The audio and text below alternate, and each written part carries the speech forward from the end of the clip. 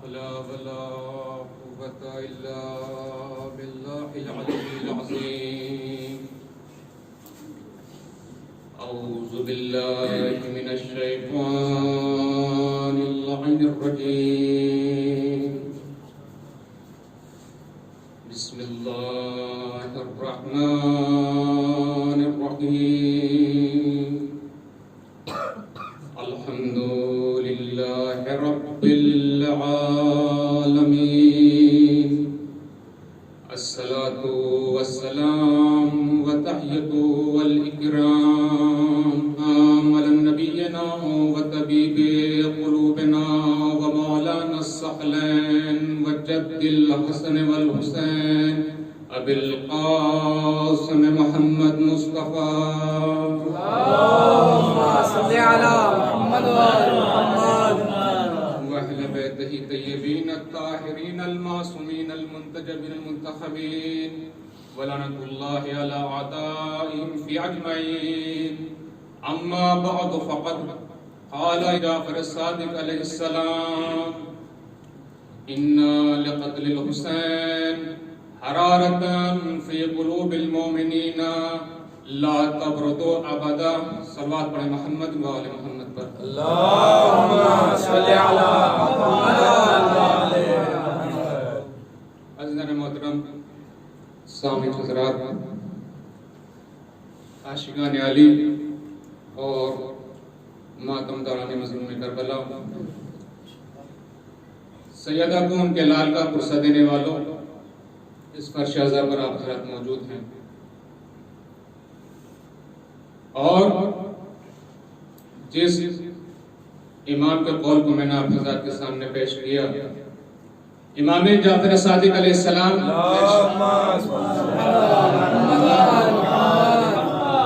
نے ارشاد فرمایا کہ میرے جد کے قتل کے عوض میں خداوند عالم نے مومنین کے دلوں میں حرارت پیدا کی جو قیامت تک سرد نہیں ہو سکتی ہے، ٹھنڈی نہیں ہو سکتی ہے. اب دیکھنا یہ ہے کہ حرارت سے کیا مراد ہے. کیا حرارت سے مراد آگ ہے جو جل رہی ہو، کوئی گرمی ہے جو پیدا کی گئی ہو، یا کوئی شمع ہے جو جل رہی ہو؟ سبحان اللہ. نہیں عزیزان محترم، حرارت سے مراد یہ ہے کہ ایک انقلاب ہے، ایک تحریک ہے، ایک فکر ہے جو فکر کے اندر تبدیلی آتی ہے. وہ حرارت ہے جو مومنین کے دلوں میں موجود ہے، جو قیامت تک کبھی ختم نہیں ہو سکتی ہے. یہ خصوصاً مومنین کے دلوں میں اللہ کی طرف سے یہ رکھی ہوئی ہے. اور اس فرش اعظم پر آپ جو مجلس برپا کر رہے ہیں، یہ مجلس کوئی رسم نہیں ہے کہ جس کو ہر سال ادا کیا جائے. محرم آئے اور فرش اعظم بچھا دیا جائے، یہ کوئی رسم نہیں ہے، بلکہ ایک مقدس تحریک ہے. سبحان اللہ. یہ ایک مقدس تحریک ہے. اگر ہم اس مجلس اعظم میں حقیقت میں شامل ہو جائیں تو قوم کے اندر انقلاب آ سکتا ہے، سبحان اللہ. سبحان اللہ. قوم کے اندر انقلاب پیدا ہو سکتا ہے. مجلس اصل میں ہم لوگ مجلس حسین میں شریک ہیں، مقصد حسین میں شریک نہیں ہو پا رہے. زندہ باد. زندہ باد. اصل چیز کیا ہے؟ وہ ہے اصل چیز مقصد حسین. اور جس دن ہماری شرکت مقصد حسین میں ہو گئی، اسی دن تمام برائیاں معاشرے سے دور ہو جائیں گی. اسی دن تمام برائیاں معاشرے سے دور ہو جائیں گی. یہ سمجھنے کی بات ہے، جو بھی اس فرش اعظم پر آ جائے اپنی عقل کے تحت وہ معرفت کے موتی لے کر جاتا ہے. سبحان اللہ. وہ اپنی عقل کے تحت معرفت کے موتی لے کر جاتا ہے. اس لیے کہ جب ابر رحمت برستی ہے تو پانی پتھر پر بھی گرتا ہے، سیپ کے منہ میں بھی جاتا ہے، لیکن جب پانی پتھر پر گرتا ہے تو ٹکرا کر واپس ہو جاتا ہے. جب سیپ کے منہ میں جاتا ہے تو موتی بن جاتا ہے.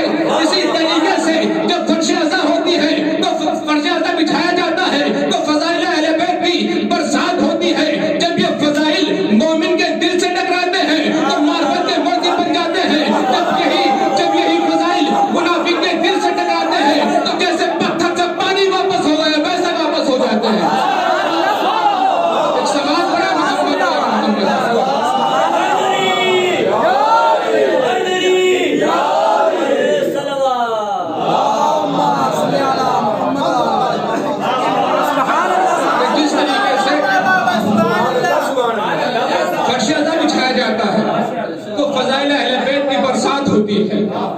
جب یہ بوندیں مومن کے دل سے ٹکراتی ہیں تو معرفت کی موتی بن جاتی ہے. جب یہ منافق کے دل سے ٹکراتی تو جس طریقے سے پتھر سے پانی واپس ہو گیا ویسے ہی واپس ہو جاتا. کیا کہ اصلی چیز کیا ہے؟ مقصد امام حسین. ہماری شرکت مجلس حسین میں ہے، مقصد حسین میں نہیں ہو پا رہی. اصلی چیز کیا؟ مقصد امام حسین. لاکھوں مجلسیں سننے کے باوجود ہمارے اندر کوئی تبدیلی نہیں ہے تو پھر ان مجلسوں کا فائدہ کیا ہے؟ ہزاروں مجلسیں سننے کے باوجود ہمارے اندر کوئی تبدیلی نہ آئے تو ان مجلسوں کا فائدہ کیا ہے؟ اصلی چیز ہے مقصد. آج کیا امام حسین کی صدا، حلمین کی صدا صرف کربلا میں گونج کر ختم ہو گئی؟ نہیں ہے. آج بھی امام حسین علیہ السلام اپنے چاہنے والے سے آج بھی مطالبہ کر رہے ہیں. آج بھی اپنے چاہنے والے سے مطالبہ کر رہے ہیں کہ کوئی ہے جو میرے مقصد میں شریک ہو جائے. کتنے کہتے ہیں کہ اگر ہم ہوتے تو ایمان کے ساتھ میں ہوتے. نہیں عزیزو، آج بھی ایمان کی آواز گونج رہی ہے. آج بھی آواز گونج رہی ہے، کوئی ہے جو میرے مقصد میں شریک ہو جائے. لیکن آج امام اولاد کی قربانی نہیں مانگ رہے. آج امام خون کی قربانی نہیں مانگ رہے. آج دولت کی قربانی نہیں مانگ رہے، جان کی قربانی نہیں مانگ رہے. آج ہے کہ کوئی ہے جو میرے مقصد میں شریک ہو جائے. سبحان اللہ. مقصد میں شریک ہونا اہم ہے. مقصد امام حسین کو پیش نظر رکھے انسان. ہر چیز کے لیے ایک مقصد ہوتا ہے. کسی بھی چیز کا ہو مقصد ہوا کرتا ہے. سبحان اللہ سبحان اللہ. لیکن جب مجلس امام حسین میں ہے تو اس کے پیش نظر بھی کوئی مقصد ہونا چاہیے کہ میں کیوں جا رہا ہوں، مجھے کیا درس لینا ہے وہاں سے، کیا لے کر اٹھنا ہے مجھے وہاں سے. مجلس حسین ہے، یہ عزاداری، یہ فرش عزا. کتنے عزاداری پر فتوے لگتے ہیں، لیکن یہ عزاداری کل بھی زندہ تھی، آج بھی زندہ ہے، تا قیامت تک زندہ رہے گی. اس کو کوئی مٹا نہیں سکتا، اس لیے کہ اس کا وارث کوئی بندہ تھوڑی ہے، خالق اس کا وارث ہے. خالق نے اس کو بچایا ہوا ہے. اس کا وارث پردے میں موجود ہے جو اس کو باقی رکھے ہوئے ہے.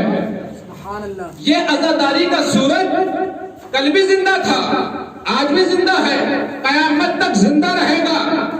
اور اس سے روشنی لینے والے اس سے روشنی لے رہے ہیں. سبحان اللہ.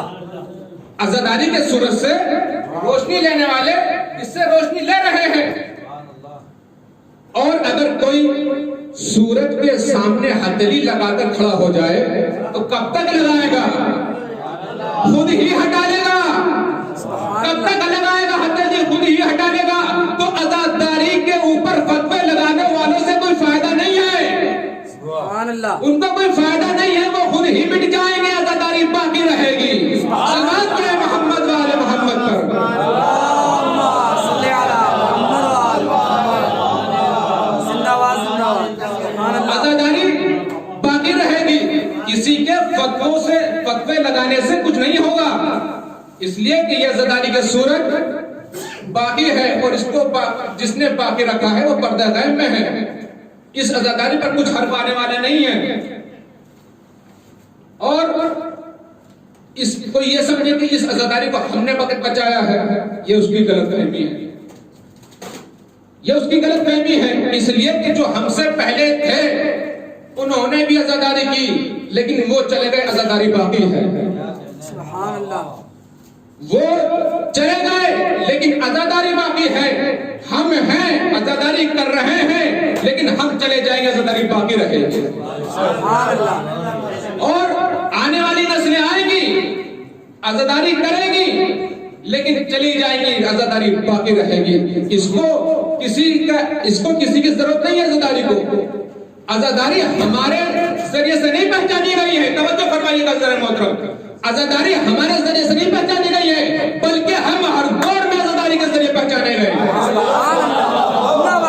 بلکہ ہم ہر دور میں عزاداری کے ذریعے پہچانے گئے. عزاداری ہمارے تعارف کی محتاج نہیں ہے، بلکہ ہماری پہچان عزاداری ہے، ہمارا عرفان عزاداری ہے، ہمارا ایمان عزاداری ہے.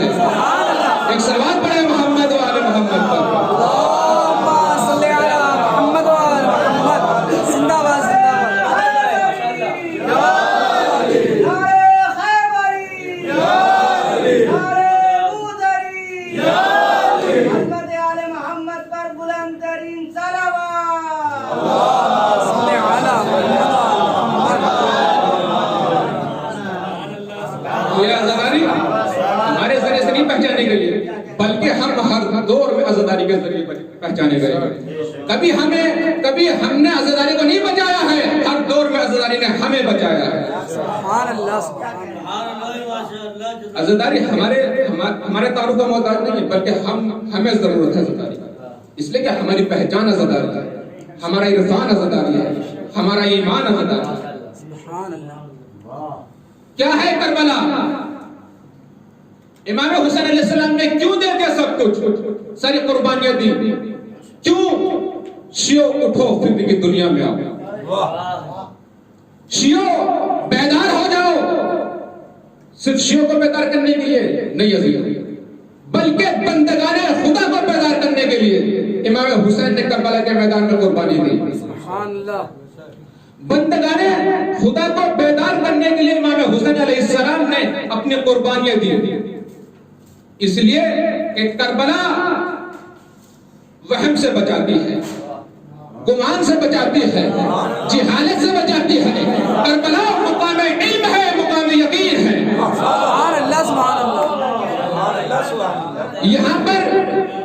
یہاں پر وہم گمان نہیں چلے گا، شک نہیں چلے گا سبحان اللہ کہ یہ ہمارے آبا و اجداد کرتے ہوئے آئے تھے، عزاداری ہم بھی ایسی کر رہے ہیں۔ نہیں عزیزو، کربلا کے بعد 9 امام زندہ تھے، جیسے 9 اماموں نے عزاداری کی ویسے ہمیں عزاداری کرنی ہے، اس لیے کہ عزاداری جذبات کا نام نہیں ہے، علم کا نام ہے۔ سبحان اللہ، سبحان اللہ۔ ایک صلوات پڑھیں محمد و آل محمد پر۔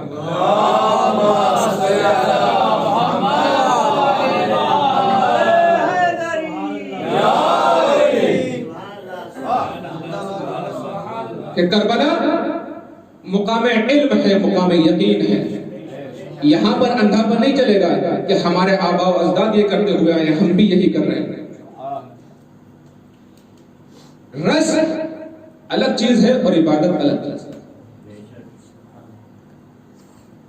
رسم اس کو کہتے ہیں، توجہ فرمائیے گا، رسم اس کو کہتے ہیں جو بدل جاتی ہے، عبادت اس کو کہتے ہیں جو بدل جاتی ہے۔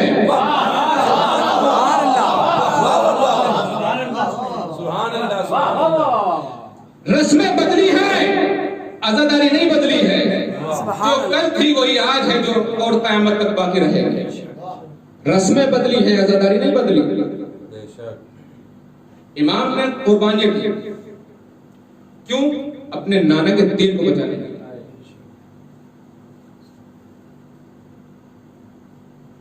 کربلا میں جو انقلاب آیا، اس انقلاب کو لانے کے لیے کن چیزوں کی ضرورت ہوا کرتی ہے؟ یا دنیا میں جتنے بھی انقلاب آئے ان کو کن چیزوں کی ضرورت ہوا کرتی ہے؟ انقلاب لانے والے کے لیے سب سے پہلی چیز جو دیکھی جاتی ہے وہ ہے کہ اس کی شخصیت کو دیکھا جائے، انقلاب لانے والا کون ہے۔ دوسری چیز اس کے نعرے کو دیکھا جائے کہ اس کا نعرہ کیا ہے جو انقلاب لے کے آ رہا ہے۔ تیسری چیز اس کی دلیل دیکھی جائے، اس کی دلیل کیا ہے۔ چوتھی چیز اس کے ساتھی دیکھے جائے کہ اس کے ساتھی کیسے ہیں۔ پانچویں چیز یہ دیکھی جائے کہ وارث انقلاب، خدا نخواستہ اگر وارث انقلاب اس دنیا سے چلا جائے تو بعد میں اس کی بھاگ دوڑ سنبھالنے والا کون ہے؟ وارث انقلاب وہ کیسے ہیں؟ ان 5 چیزوں کو دیکھنا ہے۔ دنیا میں بہت انقلاب آئے، لیکن کچھ انقلاب آئے جو ایک شہر تک محدود تھے، کچھ انقلاب آئے جو ایک ملک تک محدود تھے، کچھ انقلاب آئے جو کچھ ملکوں سے محدود تھے، کچھ انقلاب آئے لیکن پوری دنیا میں آئے، لیکن وہ زیادہ دنوں تک چل نہیں پائے۔ کیوں نہیں چلنے پائے؟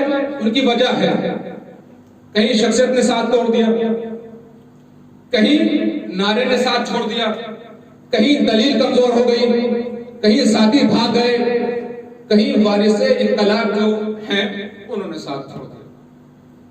تو انقلاب کامیاب نہیں ہوتا، انقلاب زیادہ دور تک نہیں چل پاتا ہے۔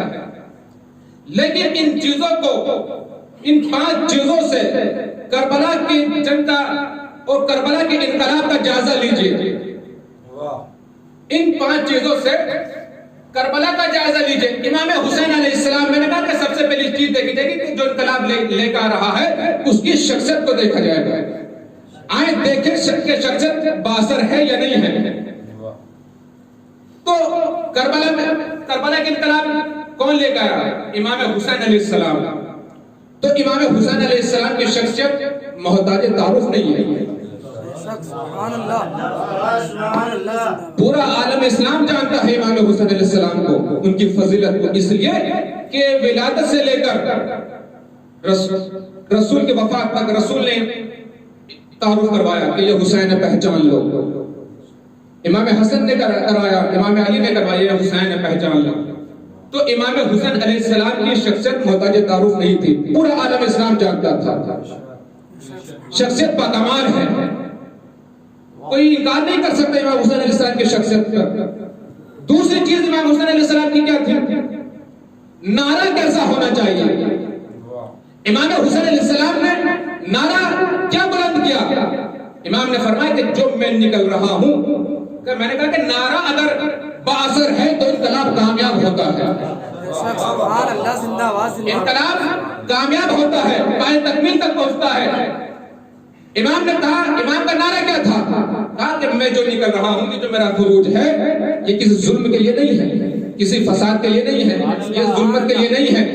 میں جو نکل رہا ہوں، امام کا نعرہ کہ میں جو نکل رہا ہوں، میں اپنے نانا کی سیرت کو عام کروں گا، اپنے بابا کی سیرت کو عام کروں گا. سبحان اللہ. اور امام حسین علیہ السلام نے یہ بھی بتا دیا، یہ نہیں کہا کہ میں اپنی سیرت بیان کروں گا. امام نے کہا کہ میں اپنے نانا کی سیرت بیان کرنے کے لیے آیا ہوں، میں اپنے بابا کی سیرت بیان کروں گا. ہو سکتا ہے کہ مسلمانوں کے ذہن میں ایک سوال پیدا ہو جائے کہ حسین کچھ اپنا دین الگ لے کر آئے تھے. امام نے کہا نہیں، میں وہی بیان کروں گا جو میرے نانا نے بیان کیا تھا، میں وہی بیان کروں گا جو میرے بابا علی نے بیان کیا تھا. سبحان اللہ. سبحان اللہ. زندہ باد. زندہ باد. میں کوئی نیا دین دے کے نہیں آیا. اور امام علی علیہ السلام، اس لیے کہ جو سیرت رسول خدا کی تھی وہی سیرت امام علی علیہ السلام کی تھی. اسی وجہ سے مولا کائنات نے شیخین کی بیعت کرنے سے انکار کر دیا تھا اور کہا تھا میں وہ کروں گا جو رسول نے کیا. سبحان اللہ. سبحان اللہ. کہ جو میرے نانا کی سیرت تھی وہی میرے بابا کی بھی سیرت تھی، میں اس کو عام کرنے کے لیے آیا. دلیل نعرہ بڑا قوی ہے، اور کہا کہ میں برائی کو ختم کروں گا اور اچھائی کو پھیلا دوں گا. یہ اچھائی خود بخود نہیں پھیل جائے گی، یہ برائی خود بخود ختم نہیں ہو جائے گی. اس برائی کو ختم کرنا ہے تو سیرت کا سہارا لینا پڑے گا، رسول کی سیرت کا سہارا لینا پڑے گا، علی کی سیرت کا سہارا لینا پڑے گا. یہ برائی جب ختم ہوگی اور یہ اچھائی کب پھیلے گی. امام کا نعرہ بڑا قوی تھا. تیسری چیز میں نے کہی کہ دلیل، اگر دلیل قوی ہے تو انقلاب بھی کامیاب ہے. سبحان اللہ. دلیل میں اگر جان ہے تو انقلاب بھی کامیاب ہوتا ہے.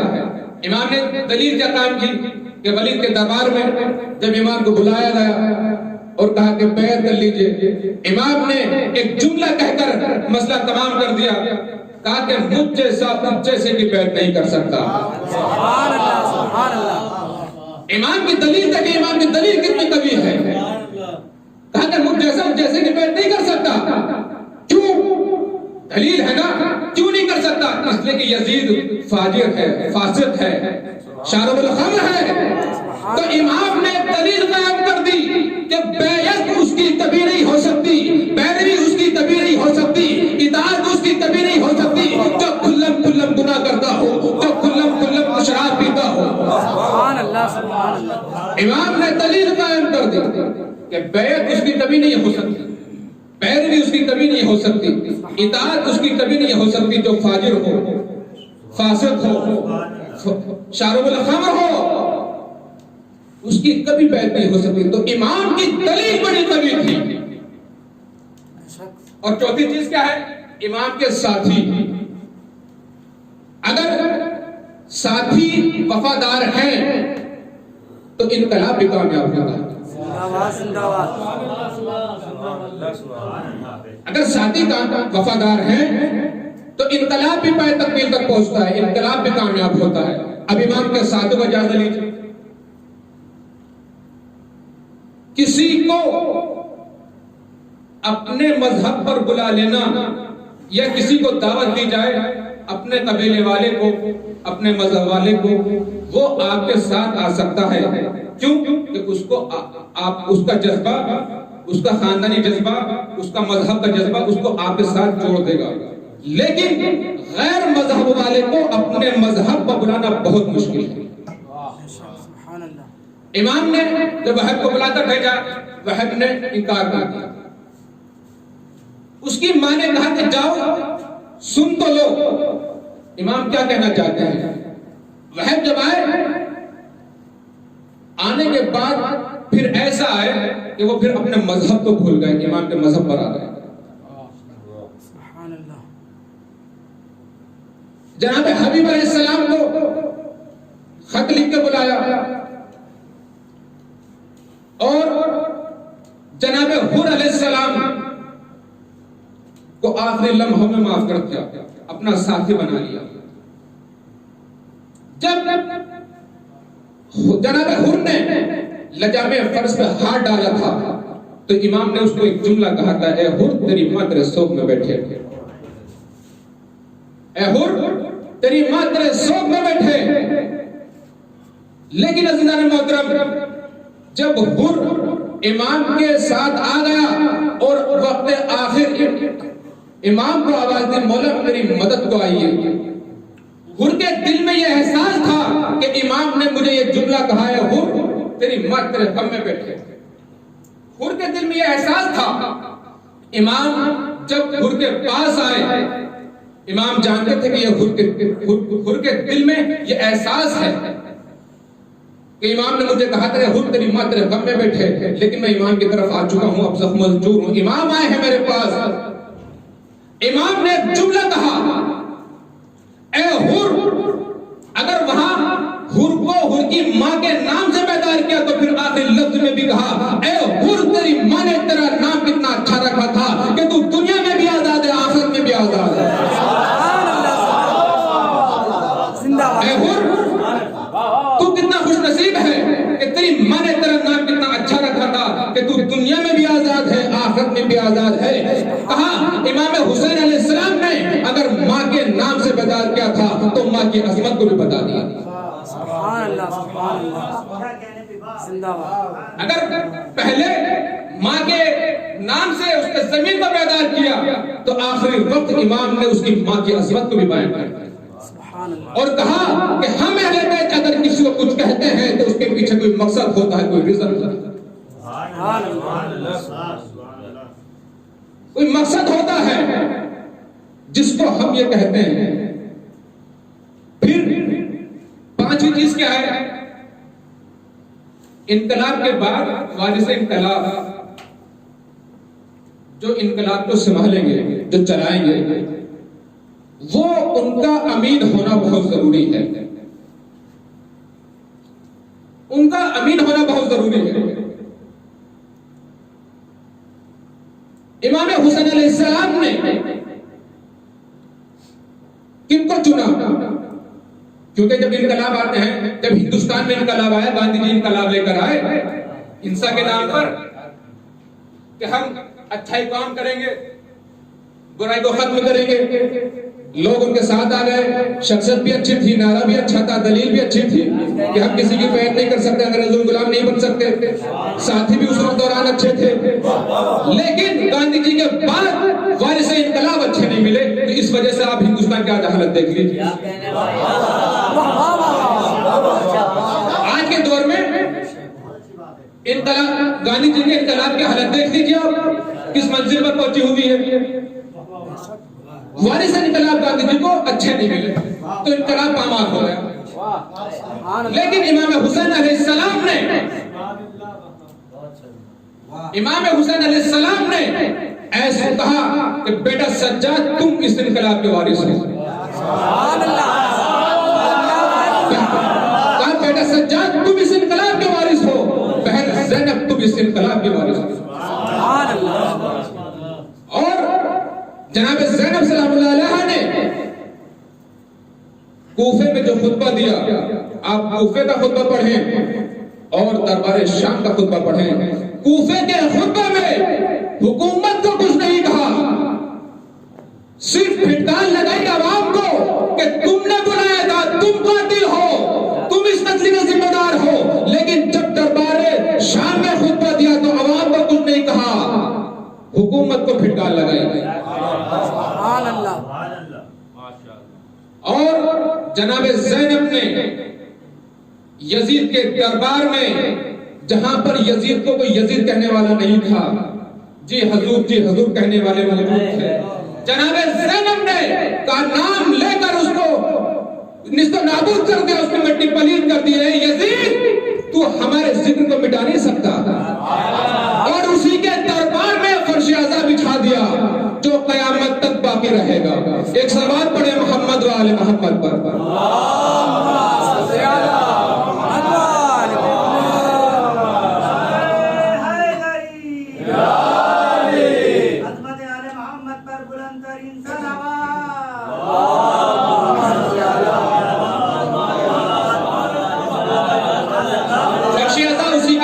دربار میں بچھا دیا اور ایسی بنیاد رکھی کہ اب اس کو کوئی مٹا نہیں سکتا، مٹانے والے تو مٹ گئے لیکن فرش عزا باقی ہے، سبحان اللہ، فرش عزا باقی ہے۔ یہ انقلاب، اور یہی انقلاب اب حسین کے چاہنے والوں کا دیکھیں، انقلاب حسین کے چاہنے والوں کا دیکھیں۔ جب امام خمینی رحمۃ اللہ علیہ نے شاہ کے مقابلے قیام کیا تو شاہ نے گرفتار کر لیا، جب گرفتار کر لیا اور جملہ کہا ہے خمینی تم میرے سامنے قیام کیوں کر رہے ہو، جبکہ تمہارے استاد میرے سامنے گزر گئے، انہوں نے میرے سامنے قیام نہیں کیا، تم میرے سامنے قیام کیوں کر رہے ہو۔ امام خمینی نے ایک جملہ کہا کہ تم مجھے تو قید کر سکتا ہے لیکن میرے ارادے کو قید نہیں کر سکتا۔ سبحان اللہ، سبحان اللہ، تم مجھے قید کر سکتا ہے، میرے ارادے کو قید نہیں کر سکتا، میری فکر کو قید نہیں کر سکتا، میری آواز کو قید نہیں کر سکتا۔ جملوں کو بدل کے اس طرح کہہ دیا جائے کہ تم گلاب کو قید کر سکتا ہے، اس کی خوشبو کو قید نہیں کر سکتا۔ سبحان اللہ،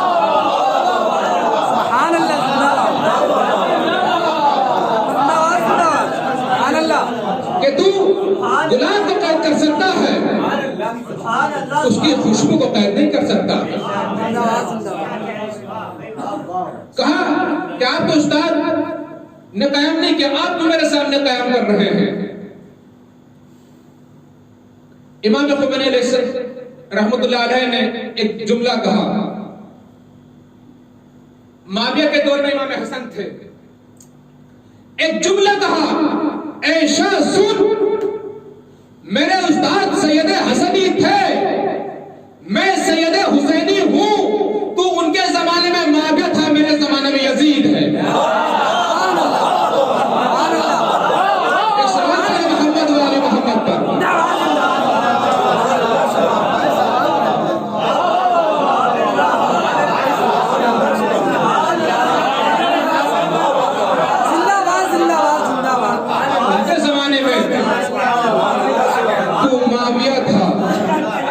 میرے زمانے میں تو یزید ہے، تو اب قیام ضروری ہے،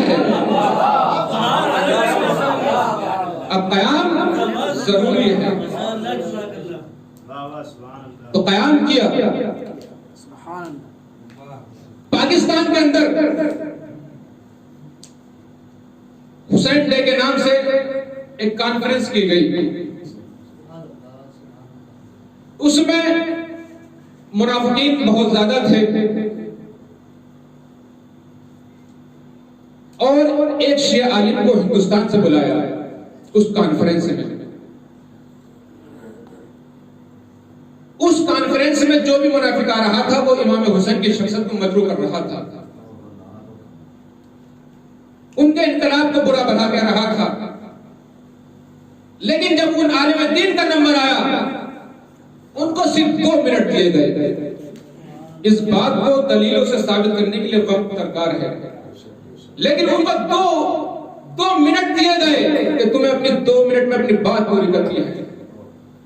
ان عالم دین نے کہا تھا کہ امام حسین کی قربانی سے کیا فائدہ ہوا اسلام کو.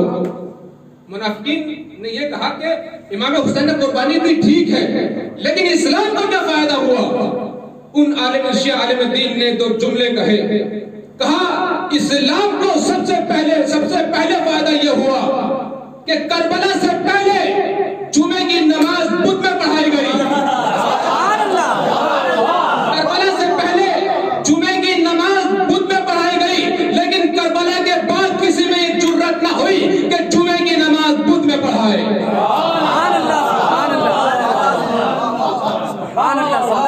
کربلا کے بعد کسی کے اندر یہ جرات پیدا نہ ہوئی. پہلا فائدہ یہ ہوا. دوسرا فائدہ یہ ہوا کہ کربلا سے پہلے حاکم کا فعل شریعت کا فعل لکھا جاتا تھا لیکن امام حسین علیہ السلام نے کربلا کے بعد یہ فیصلہ کر دیا کہ حاکم کو ولایت سے جدا کر دیا.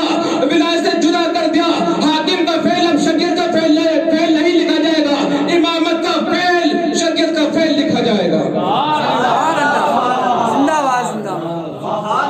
امام نے حاکم کو اور امامت کو جدا کر دیا.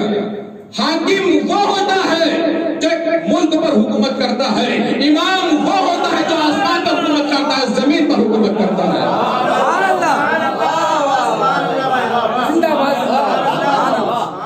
امام اس کو کہتے ہیں جو زمینوں پر حکومت کرتا ہے, آسمانوں پر حکومت کرتا ہے. تو عزیزان محترم, یہ فرش عزا, یہ مجلس ماتم,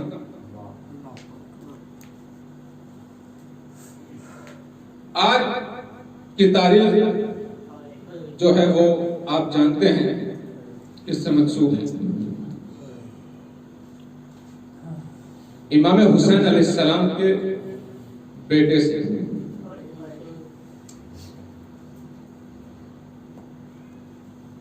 کربلا میں امام حسین علیہ السلام کا مؤذن موجود تھا, حجاج بن مسعود. اور کوفے میں بھی امام علی علیہ السلام کا مؤذن موجود تھا لیکن امام علی علیہ السلام نے 19 رمضان کو مؤذن سے نہیں کہا کہ تم اذان دو. 19 رمضان کو مولا علی علیہ السلام نے خود اذان دی. جب کوفے کے اندر مولا کی آواز گونجی ہے نا تو ماں نے اپنے بچوں کو ہلایا اور کہا کہ شاید قیامت آ رہی ہے, علی اذان دے رہے ہیں. کربلا کے میدان میں بھی امام حسین علیہ السلام نے اپنے مؤذن سے نہیں کہا کہ تم اذان دو. امام حسین علیہ السلام نے کہا بیٹا علی اکبر تم اذان دو. کون ہے علی اکبر جو صورت میں, سیرت میں, گفتار میں, رفتار میں ہو بہو رسول جیسے ہیں. کہا بیٹا علی اکبر تم اذان دو. جب جناب علی اکبر کی آواز کربلا کے میدان میں پہنچی اللہ اکبر تو حر نے کہا اگر حق ہے تو یہی ہے. کس کی آواز گونج رہی تھی؟ محمد مصطفیٰ کی آواز گونج رہی تھی. حر نے کہا اگر حق ہے تو یہی پر. علی اکبر کی آواز تھی. کون ہے علی اکبر؟ جب جناب ابراہیم اسماعیل کو لے کر آئے تو جناب اسماعیل نے کہا بابا میں جوان ہوں, آپ ضعیف ہیں تو آپ میرا گلا ذبح نہیں کر پائیں گے, لہذا آپ اپنی آنکھوں پر پٹی باندھ لیجیے.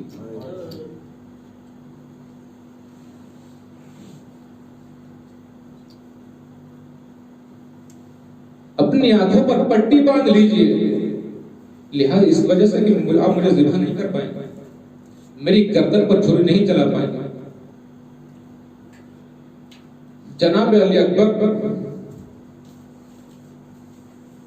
کے ذاکر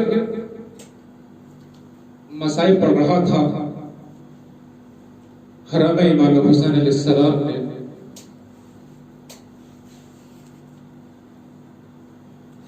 کون تھے وہ ذاکر؟